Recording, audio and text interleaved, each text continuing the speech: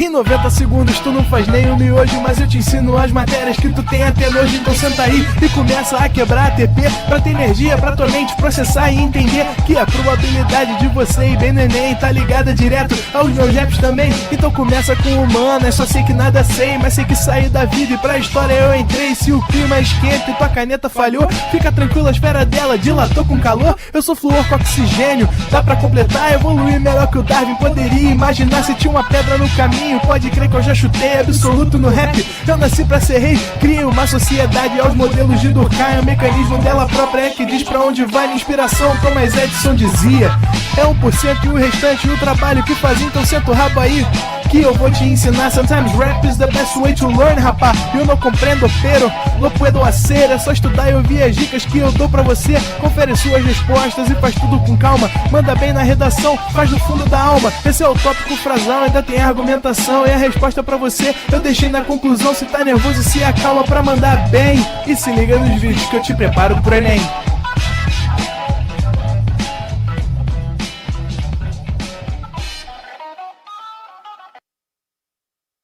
Estamos ao vivo, estamos online. Fala galera, fala indivíduos, fala alunos do ProEnem, sempre um prazer inenarrável estar com vocês mais uma vez, mais uma noite, para a gente poder continuar o nosso cronograma, o nosso planejamento aqui hoje, para falar um pouquinho sobre filosofia e falar um pouquinho sobre duas partes da filosofia. Vamos falar de um grupo de filósofos chamados sofistas e vamos falar também qual a relação desse grupo de filósofos, que são os sofistas, para com a figura do Sócrates. Se você assistiu a nossa aula ao vivo na semana passada, eu falei com você sobre os pré-socráticos, ou seja, na nossa última aula eu te expliquei sobre os primeiros filósofos, aqueles que de fato são o início do processo filosófico, aqueles que são responsáveis pelo que a gente entende como o início do pensamento racional e lógico dentro do contexto da filosofia. Só que a filosofia, com o passar dos anos, ela foi ganhando novos caminhos. Repara que os pré-socráticos são autores de 2.500 anos atrás. Então é natural que com o passar do tempo, a filosofia vá adentrando e vai evidentemente também se preocupando com outras questões, com outros tipos de preocupações. E hoje nós vamos falar de uma outra preocupação que foi iniciada por esses caras aqui, que são os sofistas. Diretor, vem comigo aqui. Primeira coisa a te falar e a te explicar é que quando eu falo para você sobre esses caras que a gente chama e a gente nomeia de sofistas, eu estou falando com você literalmente sobre professores. Ué, Leandro, como assim professores? Quem são os sofistas? Os sofistas, eles são professores. Só que eles são professores que ensinam duas disciplinas. Eles são professores de oratória e de retórica. Quando eu falo oratória e retórica, é porque esses indivíduos, eles lecionavam aulas para ensinar as pessoas a falar melhor. Como assim falar melhor? O que é oratória e o que é retórica? Oratória vem de oralidade, vem de capacidade oral, vem de capacidade de fala. Oratória é a capacidade que eu tenho de expressar uma ideia, de falar algo e você, evidentemente, me entender. A oratória, ela é a capacidade que eu tenho de verbalizar, de divulgar as minhas palavras, de explanar o que eu tenho para dizer e, evidentemente, quem está do outro lado conseguir entender o que eu digo. Repara, a oratória é utilizada por professores, é utilizada por advogados, por jornalistas, por políticos e por pessoas de variadas profissões. E, na verdade, a gente usa oratória no nosso dia a dia, no nosso cotidiano. A gente usa oratória o tempo todo. A gente usa oratória para poder fazer um pedido a alguém. A gente usa oratória para poder, evidentemente, fazer uma solicitação. A gente usa oratória até mesmo para poder convencer alguém de algo que a gente queira. E aí, a gente entra em uma segunda coisa. Além da oratória, também existe a retórica. A retórica, ela é um complemento da oratória. Como assim um complemento? Se a oratória é a capacidade que eu tenho de falar e me fazer entender, a retórica é a capacidade que eu tenho de falar, me fazer entender e convencer. A retórica é um aprimoramento da oratória. A retórica é o que a gente pode chamar, a gente pode dizer, da capacidade de convencimento. Porque, repara, tem gente que fala, você entende tudo que a pessoa disse, mas no final você fala, não concordo. Não é isso. Você entendeu, a oralidade foi positiva, mas a pessoa não conseguiu gerar uma capacidade de convencimento em você. Agora, existe a retórica. A retórica é quase que um superpoder. A retórica é a capacidade que você tem de expressar uma ideia, uma vontade, um desejo, uma aspiração, e a pessoa que está do outro lado, ela imediatamente fala, é isso, eu tô contigo. Porque a retórica é uma habilidade que você tem de gerar convencimento daquilo que você deseja. E uma coisa importante é você ter clareza sobre isso, é que a retórica e a oratória são fenômenos que você pode, evidentemente, ter uma espécie de habilidade natural, mas também é um tipo de capacidade que você pode aprimorar. Alguns de vocês que estão agora no chat, eu tenho certeza, que são pessoas que ao longo da trajetória de vocês, foram pessoas que tinham habilidade natural para falar, que são pessoas que quando chegam no grupinho de conversa todo mundo ouve, são pessoas que quando começam a falar os seus familiares param para ouvir, são pessoas que num trabalho em grupo de escola se destacavam. Agora também tenho certeza que tem gente que só de pensar em falar com outra pessoa ou de falar em público passa mal, é um sofrimento. Então os sofistas, eles apegavam-se a isso, a essa dificuldade que muitas pessoas têm de expressão. E dificuldade, evidente, que eles poderiam ensinar. Por quê? Esses sofistas eram indivíduos que foram ao longo do tempo aprimorando, pensando, refletindo sobre como que a gente poderia ensinar essa habilidade. A habilidade oral, vocal, mas também a habilidade de convencer e gerar convencimento para com as pessoas. Só tem uma coisa importante. Os sofistas, eles eram professores, mas eram professores que ensinavam oratória e retórica, mas mais do que isso. Eles eram indivíduos que cobravam por suas aulas. E quando eu falo que eles cobravam por suas aulas, é porque eles eram indivíduos que geravam um processo de custo. Ou seja, quem queria ter essas aulas, quem queria ser aluno de fato de sofistas, precisava pagar. E quando eu falo pagar, é que eles não cobravam barato. Os sofistas já eram indivíduos que geravam cobranças elevadas para aquele serviço que eles vinham oferecer. Ou seja, os sofistas já eram indivíduos que geravam um processo de custo para aqueles que queriam ter esses ensinamentos. E esses ensinamentos, por serem caros, acabaram gerando que as pessoas que podiam pagar, que tinham recursos financeiros, se tornavam pessoas com maior habilidade oral, enquanto o grande público não tinha essa habilidade. Pensa no professor... Pensa no sofista quase que como um professor particular que era contratado para ensinar esse tipo de demanda, esse tipo de entendimento, tá? Antes de avançar, deixa eu responder aqui algumas dúvidas que possam ter aqui para a gente poder avançar. A primeira dúvida, né? Carlos Wendel mandou assim, boa noite, fenômeno da didática. Obrigado pelo dinheiro que eu ganho olhando as suas aulas e ministrando aulas de biologia e química. Adapto sua didática ao meu estilo de ser. Ganho dinheiro com isso. Obrigado. Carlos, como que tu adapta o que eu falo para uma aula de química? Tu tá lá falando sobre o átomo, sobre a mitocôndria em biologia e do nada tu pega um exemplo que eu dei. Como é que tu faz isso, cara? E mais do que isso, tu tá ganhando dinheiro. Tá ganhando dinheiro, tem que mandar um Pix pra mim, Carlos, tá? Eu vou deixar aqui meu Pix pra vocês, ó, meu Pix é lesavieira@gmail.com. Manda lá, lesavieira@gmail.com. Tá ganhando dinheiro, Carlos? Eu quero uma parte, beleza? Manda o Pix, quem quiser também, além do Carlos, mandar o Pix, tô aceitando. Vou repetir, hein? lesavieira@gmail.com. Manda lá o Pix que eu tô aceitando, tá bom? Tem mais dúvida aí, diretor? Tem mais dúvida aí? Tem galera dando boa noite. Alguém manda... Não, professor, seu áudio está baixo. Estão me ouvindo bem, gente? Eu já aumentei pra eles. Beleza, estão me ouvindo bem. Tem mais alguma pergunta aí? Carlos Wendel também mandou assim, professor, Alexandre pagava Aristóteles? Sim, né? Alexandre o Grande, né? A gente vai falar sobre ele mais pra frente. Também remunerava a figura de Aristóteles como um indivíduo, né? Tranquilo. Ana Freitas perguntou assim, professor, pode explicar o que é sofistas de novo? Posso, olha só. Sofistas são filósofos da antiguidade, professores de oratória e retórica que cobravam por suas aulas. Ou seja, são indivíduos que ensinavam essas duas disciplinas, ensinavam tanto a questão da oralidade quanto da retórica e ensinavam isso em troca de pagamento financeiro. Agora, a pergunta que você tem que me fazer, eu espero que você me faça, se você não fez, faça agora, por favor, é assim, ué, Leandro, mas tinha gente para isso tudo? Tinha mercado para essa galera aí ensinando aulas de oratória e de retórica e por aí vai? A resposta que eu vou te dar é sim, tinha. E quando eu falo que tinha, é por um motivo muito simples. Nessa época, está rolando em Atenas, a maior cidade do mundo grego, um processo revolucionário. Você deve ter tido aula com o Otto nas semanas anteriores e o Otto te falou sobre uma seguinte questão.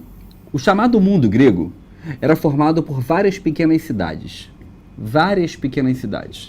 E cada uma dessas várias pequenas cidades tinha total e completa autonomia. total.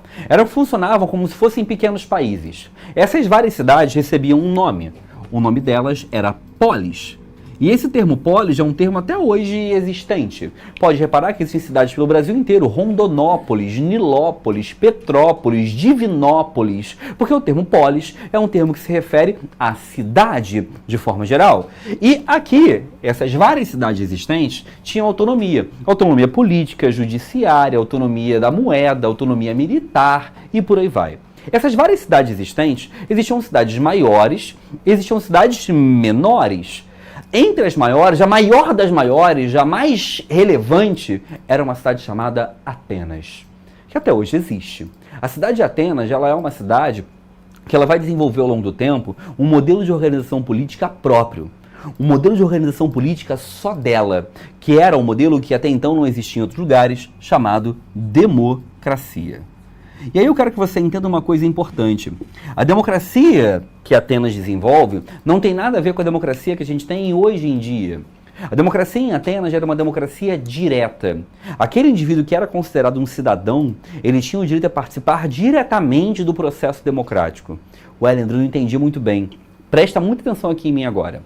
Hoje, em países como o Brasil, Estados Unidos, Alemanha, Argentina, os países de forma geral, você acha que vive em uma democracia. Beleza, mas você vive em um tipo de democracia. Hoje, de países como o nosso, vive uma democracia representativa. O que é uma democracia representativa? É uma democracia em que você não vota. Você escolhe alguém que vai votar por você. E você pode pensar, não, eu voto sim. Calma. Você não vota não.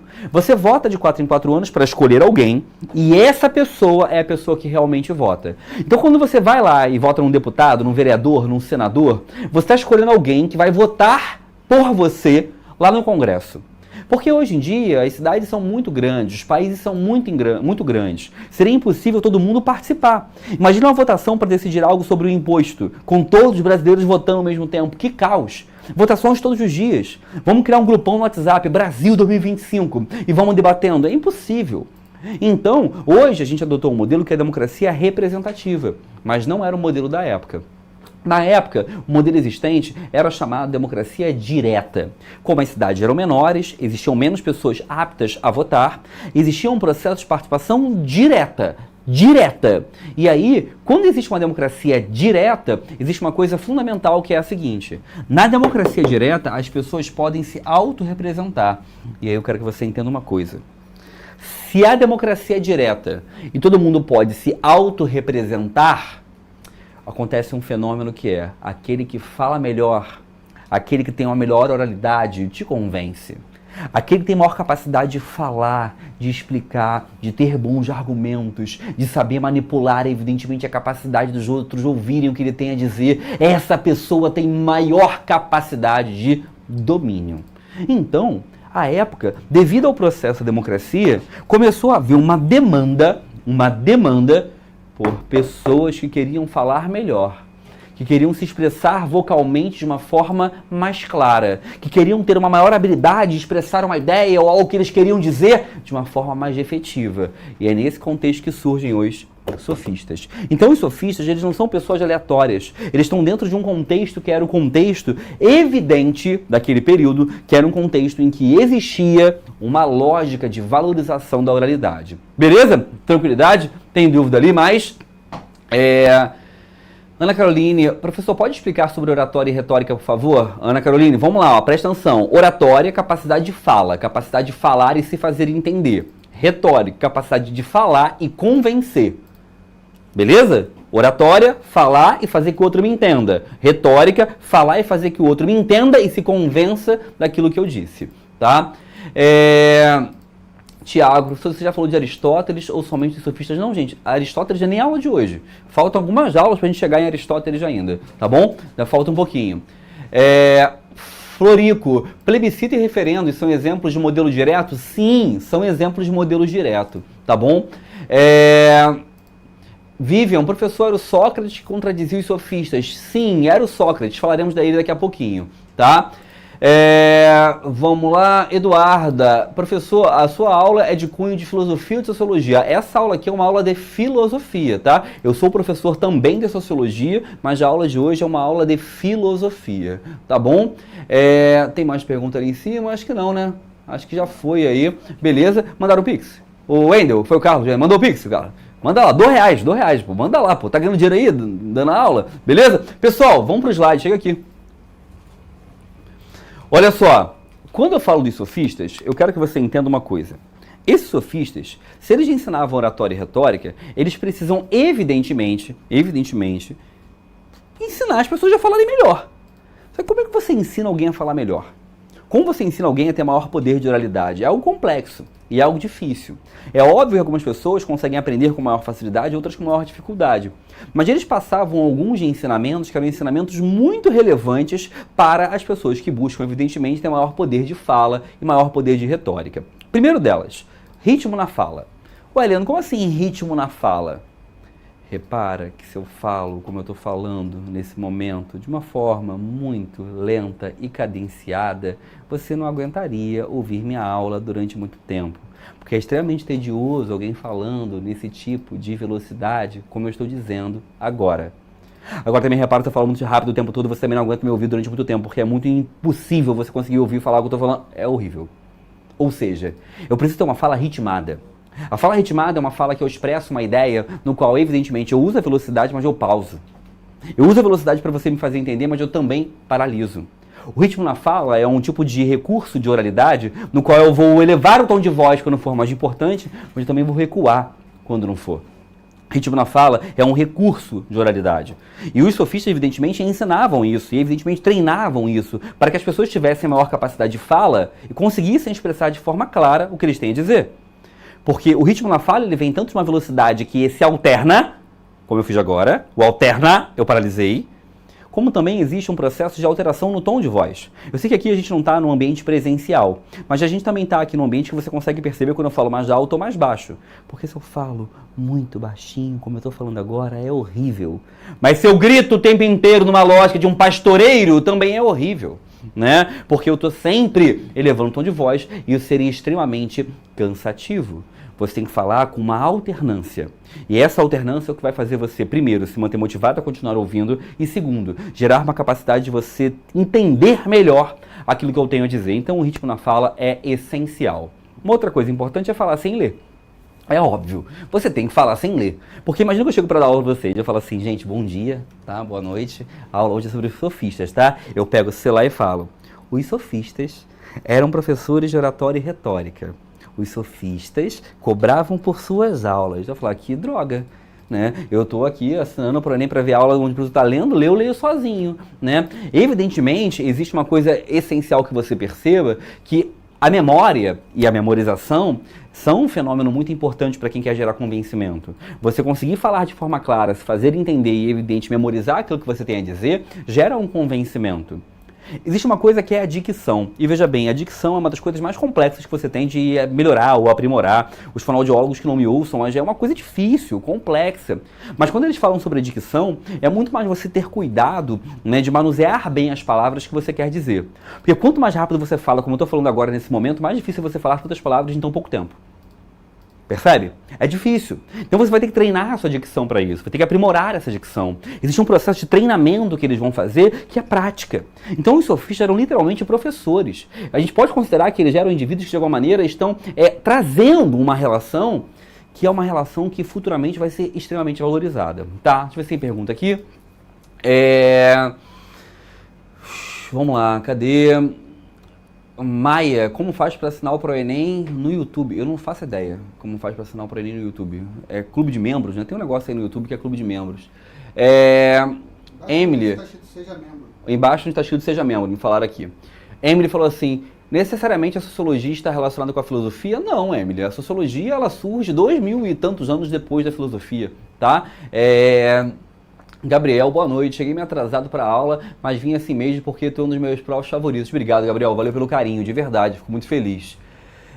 Maria das Graças, sua aula é tão didática, é super difícil ter dúvidas. Obrigado, Maria. Vocês são muito carinhosos hoje, né? São muito carinhosos. Inclusive o Wendel, que não mandou meu Pix. Beleza? Deixa eu ver aqui. O Wendel falou ali, ó. Sério, professor, eu sou professor de biologia aqui em Belém e vou mandar açaí pro senhor. Cheiro do Pará com pagamento. Beleza, açaí pode mandar. Açaí aqui no Rio de Janeiro tem moral. Beleza? Vamos lá. O Thiago pediu para eu explicar a frase. O homem é a medida de todas as coisas. Chegaremos nesse momento. Vou explicar essa frase, prometo, Thiago. Tá? Mas vamos vir pra cá, gente. Continua comigo aqui. Além da memória, além do falar sem ler, além do ritmo na fala, além de uma boa dicção, uma outra coisa que é muito importante para os sofistas é você usar figuras de linguagem. E todas elas. Eu botei aqui as metáforas, mas assim, as figuras de linguagem ajudam você a ter um melhor entendimento sobre as coisas. E você pode pensar, Leandro, como assim? Como assim as figuras de linguagem? Vou te dar alguns exemplos. Se alguém pergunta para você como foi a aula que você teve hoje comigo, e você fala, foi boa. Essa aula foi uma tragédia. Foi depressiva essa aula. Né? Agora, se alguém pergunta para você como é que foi a aula, você fala, foi incrível, foi maravilhosa a aula. É outra coisa. Isso é uma figura de linguagem, é hipérbole, o exagero. Ela gera maior poder de convencimento para a pessoa que vem, evidentemente, a ouvir. Um exemplo que eu sempre dou, que eu acho muito bom, é você pensar o seguinte, ó. Imagina que você quer medicina. Imagina que você se forma em medicina, se torna médico e, infelizmente, depois de um tempo, você é obrigado a dar uma notícia de falecimento para alguém. Uma das notícias mais tristes que você pode dar para uma pessoa. Se você é uma pessoa, evidentemente, preocupada, você vai chegar para a pessoa e falar assim, olha, tentamos o que foi possível, infelizmente a pessoa não resistiu, né? Espero que ela esteja muito bem, onde ela estiver, que você consiga se reconfortar na sua família, nas memórias que você tem da pessoa. Você vai usar todo um recurso ali. Isso recebe um nome, que é eufemismo, é uma figura de linguagem. Você não pode chegar e falar assim, olha, partiu, beleza? Arrastou pra cima, beleza? Virou camisa de saudade, né? Deu match com Deus. Você não pode meter essa. Né? Você não pode falar dessa maneira. Você não pode assim, virou foto preto e branco no Instagram. Não tem condições. Né? Você tem que ter todo um cuidado ao falar e a expressar aquilo que você quer. Ou seja, existe uma coisa fundamental aqui, que é a capacidade que a gente tem que ter ao tentar ser um bom orador e ter capacidade de convencimento, que é usar as figuras de linguagem para poder, de alguma forma, atrair a pessoa para o seu lado. Tranquilo? Beleza? E por fim aqui, o falar com elegância, né? Foi de Vasco, Renan, eu li ali, hein? Foi de Vasco, alguém mandou. Alguém falou foi de Vasco, né? Não fui eu, poderia, talvez, mas não fui eu. Mas olha só, outra coisa, falar alta celestial é bom demais também. Alguém mandou ali, alta celestial é bom pra caramba, né? Vamos ser cancelado aqui. Eu vou ser cancelado. Esse vídeo vai um corte aleatório, eu me metendo foto preto e branco no Instagram, camisa de saudade, eu vou ser cancelado. Falar com elegância. E assim, o falar com elegância é importante porque não tem jeito, gente. A forma como você fala expressa um pouco do como você quer ser ouvido. É estranho, né, ouvir isso, mas o que eu quero dizer com isso? Porque quando você utiliza uma elegância ao falar, um vocabulário um pouco mais rebuscado, uma fala que tenha muitos sinônimos, que você expressa a ideia que você deseja de muitas formas, isso consegue gerar uma maior capacidade de convencimento para a pessoa que está do outro lado. Beleza? Sobre tudo isso que eu falei aqui, tudo isso são habilidades que eles ensinavam. Mas a principal habilidade que eles ensinavam era uma habilidade que a gente chama de relativismo da verdade. Diretor, volta comigo. A habilidade que eu estou falando agora com vocês é a seguinte.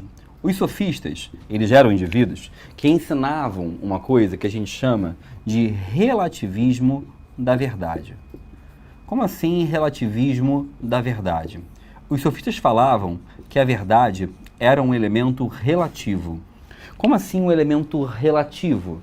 Os sofistas falavam que a verdade é um elemento variável, alternável. Como assim um elemento variável, alternável? Para os sofistas, a verdade era um elemento que cada pessoa pode ter o seu próprio. Como assim cada pessoa pode ter o seu próprio? Vamos pensar na ideia de Deus, já que eu falei de Deus ainda há pouco aqui. Vamos supor que o Tiaguinho, que está aqui agora na operação, o Tiaguinho seja uma pessoa temente a Deus. Tem crença em algo divino, em um ser superior, em algum tipo de entidade ou divindade. Vamos pensar que eu, Leandro, sou uma pessoa que não tenho. Isso aqui é só uma especulação, tá? Vamos pensar que o Tiaguinho acredita que o que ele crê é verdade. Vamos pensar que o que eu creio, que no caso seria a não existência, também fosse uma verdade. Para os sofistas é muito simples. Tanto eu quanto o Tiaguinho estamos certos. Porque para os sofistas, a verdade é um elemento relativo. A verdade é um elemento variável. Para eles, a verdade é um elemento relativo porque cada pessoa, cada indivíduo pode ter a sua própria verdade. Cada pessoa, cada indivíduo pode conceber a verdade da sua maneira. E você pode falar, Leandro, mas por que eles falavam sobre isso? Porque pensa comigo, se eles estão ensinando as pessoas a debater melhor, a discursar melhor, a ter uma capacidade vocal muito mais clara para poder vencer debates. Agora imagina a seguinte circunstância, você está debatendo com alguém, só que chega uma hora que você não consegue mais argumentar porque você não tem mais o que dizer. E você fala assim, mas essa é a sua verdade, a minha é outra. Acabou a discussão. Acabou a discussão, não tem mais briga. Ou seja, existe uma coisa importante aqui, que é você entender que acreditar numa ideia de um relativismo da verdade era fundamental para os sofistas conseguirem gerar o que eles mais desejavam, que era a argumentação nos debates, que era conseguir ter dentro dos debates capacidade de convencer e de manipular a pessoa que estava do outro lado da conversa. E aí, o primeiro cara a falar sobre isso, a fazer isso, diretor, chega aí, é a figura do Protágoras. Protágoras é o maior, talvez, dos sofistas, ou o mais relevante, né? Ele é o primeiro a realizar cobranças, ele é o primeiro, evidentemente, a cobrar por suas aulas, e mais do que isso, o Protágoras vai ser um cara que vai dizer o seguinte, ó, o homem é a medida de todas as coisas. Frase que ainda há pouco alguém perguntou aí mais para trás, né? Quando a gente fala que o homem é a medida de todas as coisas, o Protágoras está falando para nós o seguinte, que é o homem que decide o que é o certo ou errado para ele. Eu, Leandro Vieira, sou a medida de mim. Eu, Leandro Vieira, sou o que decido e que controlo a minha existência. Sou eu que mando em mim. Então, eu sou a medida de todas as coisas. Eu que decido a verdade que eu acredito, a verdade do mundo.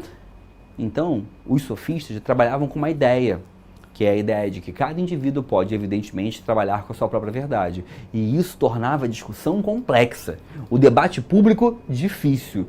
E o debate público, evidentemente, muito difícil de ser elaborado ou avançado. Tá? Guarda essa informação, já volto nela. Bruna, professor, pode explicar sobre a teoria da reminiscência? Bruna, vai ter essa parte de teoria da reminiscência, é na aula de Platão. Tá? É aula de semana que vem, se eu não me engano. Né? A gente vai falar sobre Platão. Aí eu vou te explicar sobre a teoria da reminiscência. Esse é o conceito do Platão, não é dos sofistas nem de Sócrates. Paula, os sofistas já eram os coachings de hoje em dia? Eu não vou dizer que eram os coaches, mas sim, existe um discurso ali de ensinamento que evidentemente é relevante. Alguém falou assim, pode explicar utilizar o gestual de novo? Eu não falei acho que do gestual, acho que eu pulei, né? Utilizar o gestual. Vou explicar aqui de novo então.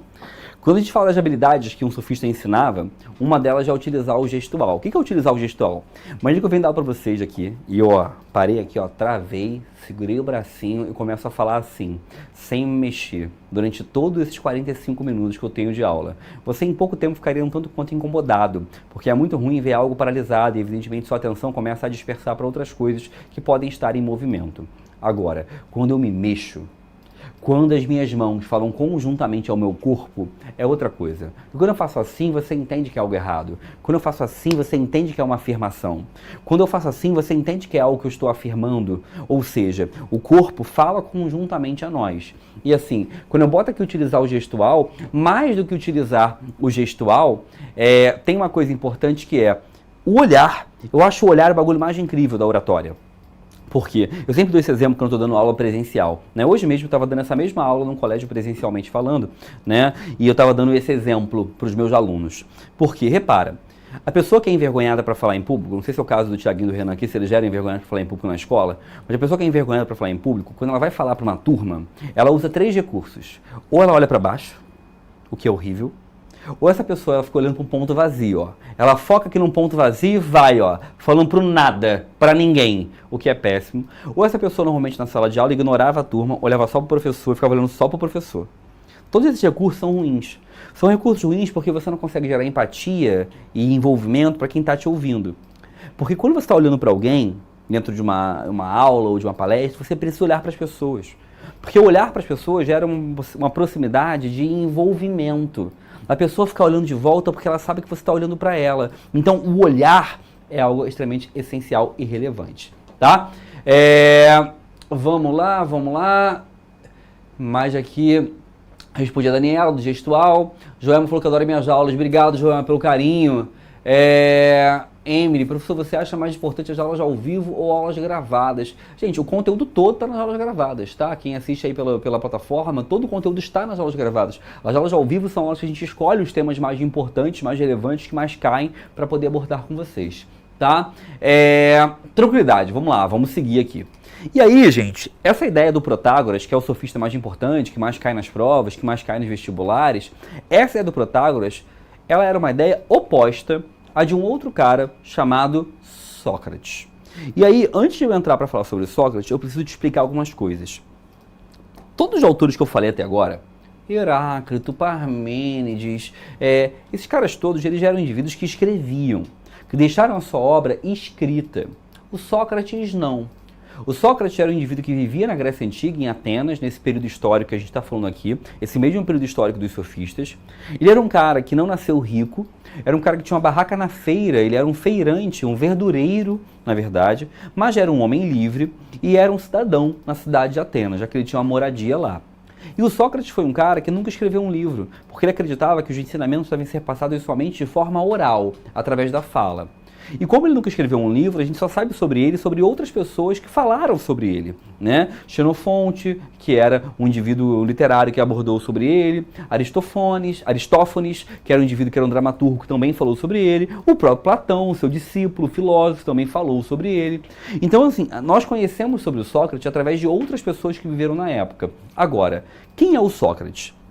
O Sócrates era um indivíduo que vai se tornar crítico ferrenho do processo da democracia. Por que crítico ferrenho à democracia?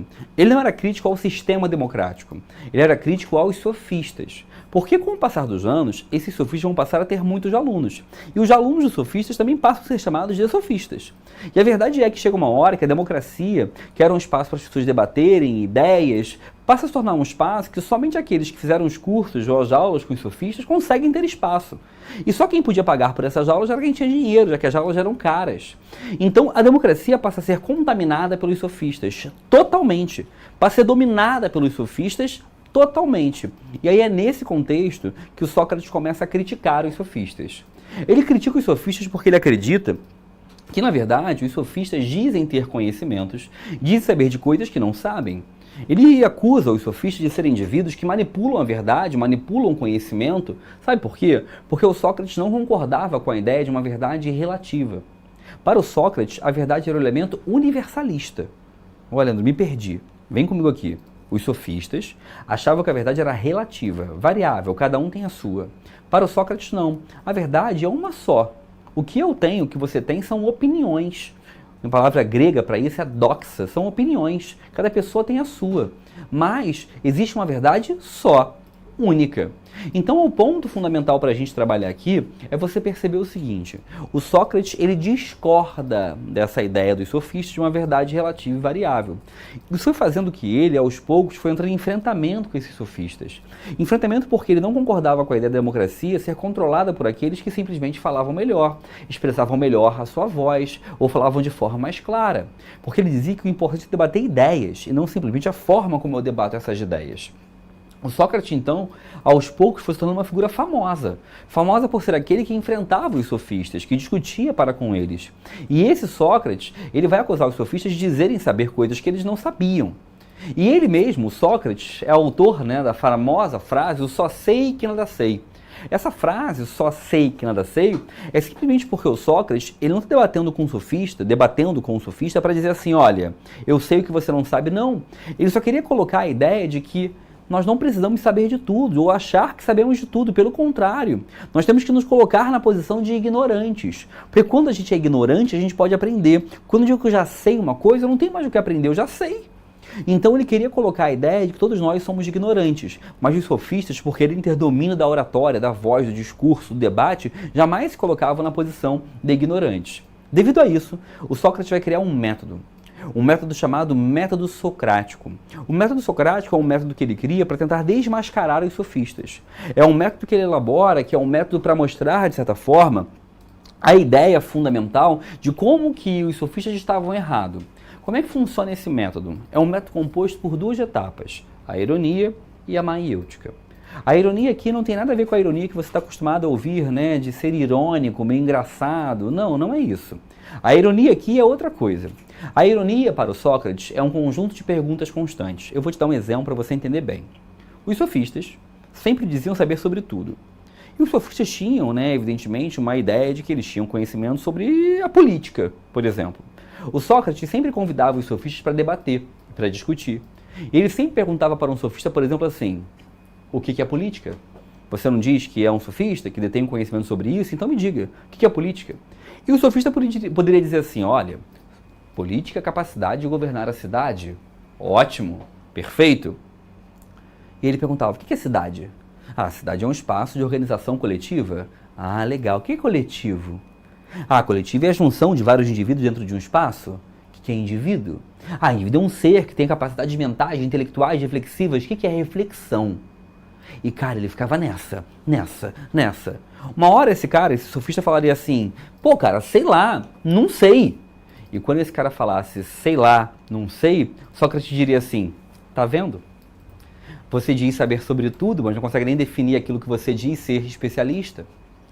O Sócrates ia fazendo isso com cada sofista, debatendo sobre tudo aquilo que o sofista diria saber. Se fosse um general, ele debatia sobre a guerra. Se fosse alguém que tivesse um papel de juiz, ele debateria sobre a ideia de justiça.